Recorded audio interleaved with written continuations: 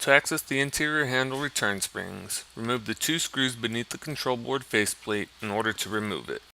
Now that you have access to the handle return springs, you can see there should be a left and a right spring installed here. In this case, there is only a right spring.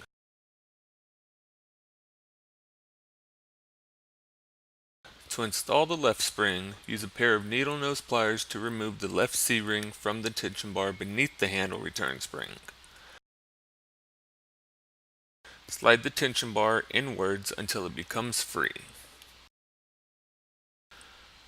Next, slide one loop of the new spring onto the tension bar and then slide the other loop onto the top bar as shown in the video.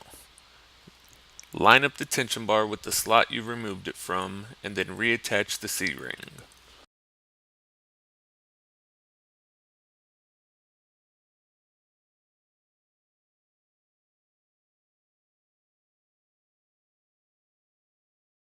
Once the C-ring is back in place, reattach the control board face panel with the two screws.